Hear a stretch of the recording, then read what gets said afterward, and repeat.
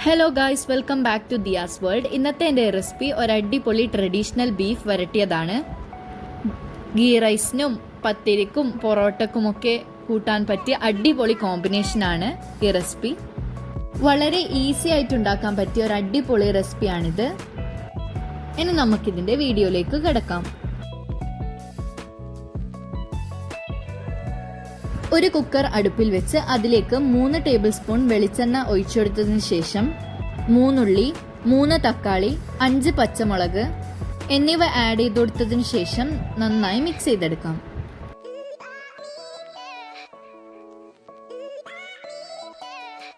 ഇനി ഇതിലേക്ക് ക്രഷ് ചെയ്തെടുത്ത ക്യൂമിൻ സീഡ്സും ജിഞ്ചർ ഗാർലിക്കും ആഡ് ചെയ്ത് കൊടുക്കാം.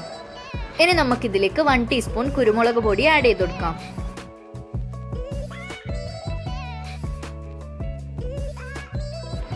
ഇനി ഇതിലേക്ക് 1.5 teaspoon Kashmiri chilli powder add ചെയ്ത് കൊടുക്കാം. ഇനി ഇതിലേക്ക് 1/2 ടീസ്പൂൺ ടർമറിക് പൗഡറും കൂടി ആഡ് ചെയ്ത് കൊടുത്തതിന് ശേഷം നന്നായി മിക്സ് ചെയ്തെടുക്കാം. ഇനി നമുക്കിതിലേക്ക് 1.5 table spoon meat masala powder add ചെയ്ത് കൊടുക്കാം.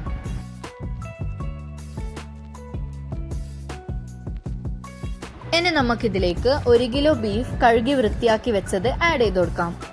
ഇനി ഇതിലേക്ക് ആവശ്യത്തിന് ഉപ്പും കൂടി ആഡ് ചെയ്ത് കൊടുത്ത് നന്നായി മിക്സ് ചെയ്തെടുക്കാം.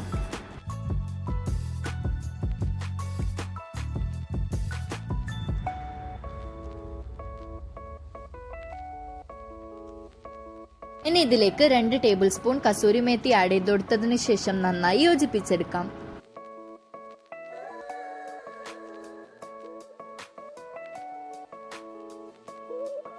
ഇനി നമുക്കിതിലേക്ക് ബീഫ് വേവാനുള്ളത്ര വെള്ളം ആഡ് ചെയ്ത് കൊടുക്കാം. ശേഷം കുക്കർ അടച്ചു വെച്ച് 15 മിനിറ്റ് ബീഫ് നന്നായി വേവിച്ചെടുക്കാം. അങ്ങനെ നമ്മുടെ ബീഫ് നന്നായി വെന്ത് വന്നിട്ടുണ്ട്. ഇനി നമുക്ക് ഈ ബീഫിനെ ഒന്നും കൂടി മാരിനേറ്റ് ചെയ്തെടുക്കാം. 2 തക്കാളി, 4 പച്ചമുളക്, 5-8 വെളുത്തുള്ളി അല്ലി ചതച്ചെടുത്തത്, 5 കട്ട് ചെയ്ത് വെച്ച വറ്റൽമുളക്, ആവശ്യത്തിന് കറിവേപ്പില, മല്ലിച്ചപ്പ്, കസൂരിമേത്തി. ഇനി ഒരു പാൻ അടുപ്പിൽ വെച്ച് അത് ഹീറ്റായി വരുമ്പോഴത്തേക്കും അതിലേക്ക് 4 ടേബിൾ സ്പൂൺ വെളിച്ചെണ്ണ ആഡ് ചെയ്ത് കൊടുക്കാം. ഇനി ചതച്ചെടുത്ത വെളുത്തുള്ളിയും കട്ട് ചെയ്ത് വെച്ച വറ്റൽമുളകും ആഡ് ചെയ്ത് കൊടുത്ത് നന്നായി മിക്സ് ചെയ്യുക. ഇനി ഇതിലേക്ക് കട്ട് ചെയ്ത് വെച്ച ടൊമാറ്റോ പീസ് ആഡ് ചെയ്ത് കൊടുക്കാം.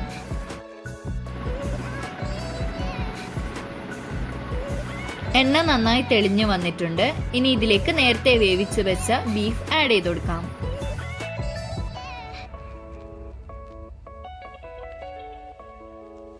ഇനി ഇതിലേക്ക് കട്ട് ചെയ്ത് വെച്ച ഗ്രീൻ ചില്ലി പീസസ് ആഡ് ചെയ്ത് കൊടുക്കാം.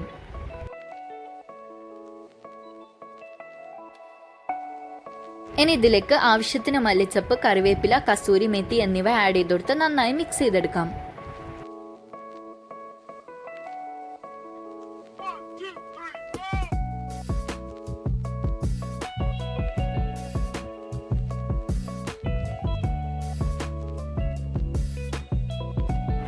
ഇനി ഇത് 5 മിനിറ്റ് നന്നായി എണ്ണ തെളിയുന്നത് വരെ വഴറ്റിയെടുക്കുക.